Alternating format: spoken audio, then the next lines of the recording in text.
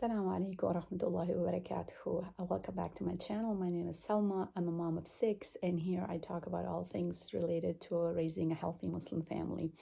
Today I want to talk about something that I've already posted on my Instagram about, and that is raising or parenting your kids without any expectations. And that's a common thing that happens in the Muslim space, when we talk about raising kids. So there's this idea, if we just do the right things, if we just, follow the step-by-step blueprint maybe laid out by some course or by some Islamic institution, then our kids will turn out just fine. There is people in the homeschooling space or in the Muslim space who are just saying, just do X, Y, and Z, and then your kids will turn out great.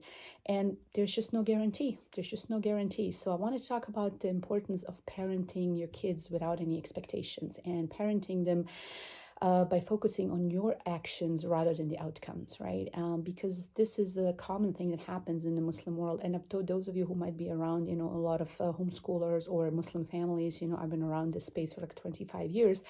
There's a lot of people that have grown kids now that are not turned out, so to speak, right, so well. And that is a test, subhanAllah, from Allah subhanahu wa ta'ala. So I just wanted to kind of remind the moms that might be in the space or moms of little ones that parenting should be done without any expectations of certain outcomes, because we don't know, so it's not like, you follow this program, follow this, follow attachment parenting, follow gentle parenting, put your kids in a hifz school, and then they're going to be these amazing human beings or amazing Muslims. Allahu alam, Allah knows best, right? And so our focus should be on our actions. Our focus should be on what are we doing as parents, because this is something that Allah is going to ask us about, right? And so I think a lot of parents have this idea, well, I'm going to be responsible for my children. I cannot let them do this. I cannot just let them continue to do X, Y, and Z.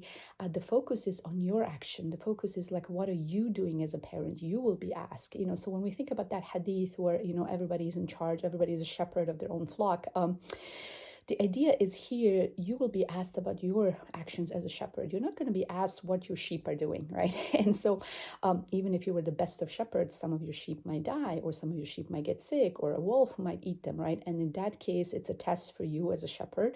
But it's a test about your actions. So same thing as far as our children. Sometimes, if our children are not that practicing at the end of the journey, or if their children are refusing to do something, we parents feel like, we should be harsher, we should be stricter, we should do all these kind of things with the emphasis like, well, I'm going to be asked about this on the day of judgment. Well, no, actually not. You will not be asked about the outcomes. You will not be asked about how your children turned out, but you're going to be asked about your actions, right? And this is hard. This is not easy. It's much easier to focus on outcomes, right? Like to have something tangible. Oh, is my kid wearing hijab? Has my kid memorized the Quran? Is my kid praying? Is my kid doing X, Y, and Z, right? Those are the tangible things. But no, the focus is on you as a parent. You will be asked, how have you been treating these kids? How have you shown up? And this is difficult, especially if we get triggered, if we're not healed, if we have our own trauma that's spilling over into day to day.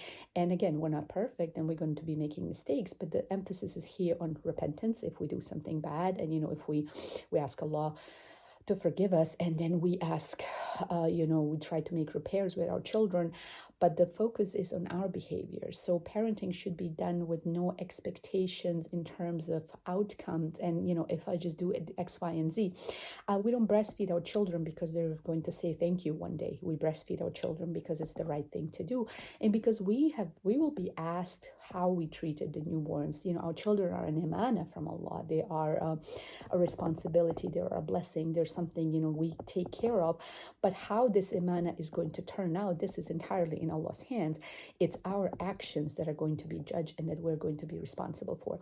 I have met multiple families, over the years who said, well, we did all the right things. We educated our children. We made hijrah from, to the Middle East or to the Muslim country, or we put our kids in a Quran school. And look, at the end of the day, I'm not a good mom. We're not a good family. What's happening? This is a test from Allah subhanahu wa ta'ala. So know that there are no guaranteed outcomes, and we're not in this journey because we want certain outcomes. We want this, yes, for sure, but this should not be the sole focus of it, because there is no guarantee. We ask Allah subhanahu wa ta'ala to guide our children. We make dua for their hidayah, but we are the ones that need to continue to treat them right.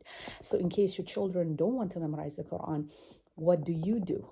Okay, and don't feel like a failure of a parent because your children don't want to do it anymore, but rather focus on what is your behavior like here? Are you showing up with kindness? Are you showing up with goodness? Are you being triggered? Are you feeling like you made a mistake or you're not good enough, right? Because those are our wounds that we need to deal with rather than our emotional states as it's not something our children should bear, but often it happens like that, and I'm speaking from experience here. So sometimes then in order to get the outcome we want, we resort to methods that are not the best ones, right? So we respond with strictness and harshness. We want to make sure they get their memorization done. We want to make sure everything is being perfect, so to speak, right? And this is not right because, again, our behavior is the one that we will be questioned about.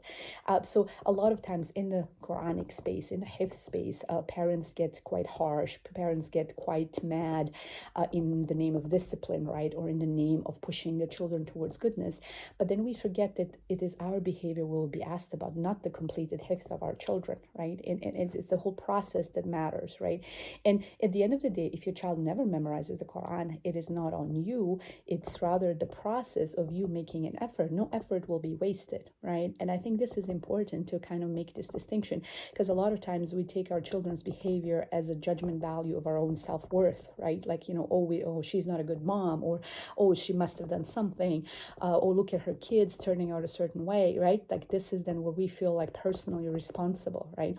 We are in charge of our own actions. So how we react and how we try and what we do, this is the focus, right? And so not being mad at your children, parenting gently, treating them with kindness. And then when we get triggered, and as we most certainly will be triggered, we need to then dig deeper and say, is this really about our children or is this about us, right? And so especially in the Muslim space, this perfection is sort of expected, right? That we're going to get these perfect Muslim scholar types, that we're going to be raising the next sheikh or something like that. There's a lot of pressure on our kids. And meanwhile, then our methods don't end up as gentle as we think they are, right? And so this is just a reminder for myself, first and foremost, as I am in the middle of parenting, grown children, mid-teens, and, young kids at the same time, that the effort should be about our actions and about how we show up in the space as Muslim parents rather on the outcomes, because Allah is the one who will maybe test us with our children, who will maybe test us with our wealth. Allah tests us with those things that are dear to us, right? And so the emphasis here on our behavior about the things that you can control. And if you find yourself being triggered, then that's a space for you to explore, okay, why is this bothering me? Why am I pushing here so much? What am I expecting here? And particularly when we start employing harsh methods, particularly in the space of hifz or in the space of expecting Islamic behavior from our children, and maybe they're not living up to that ideal, this is then when the true colors show up, right? So like, what if our child does not want to pray? What if our child does not want to wear hijab? What if our child does not want to memorize Quran? How are we dealing with it, and what kind of environment have we created? And so if you think of yourself as the shepherd, have you done your best to keep your flock safe? You are the only person you can control, right? And so this is just a reminder. I've been missing from recording because my setup is clearly not working here. There's too much noise from the neighbors. I don't have a dedicated corner, but this has been on my mind for a while, so I just wanted to get it out there and just remind everybody that we should start evaluating our intentions, and why are we doing the things we do. We should be doing them for the sake of Allah, not because we want certain results, because as Allah says in the Quran, al-malu wal-banun zinatul hayat ad-dunya. The wealth and the children, number of children, are just one of the blessings and the beauties of this world, but our good deeds is what remains. So how are we showing up? Are we showing up as mothers and fathers in the Muslim space the way we need to be? So I hope this helps, inshallah, and I'll see you soon. Assalamu alaikum wa rahmatullahi wa barakatuh.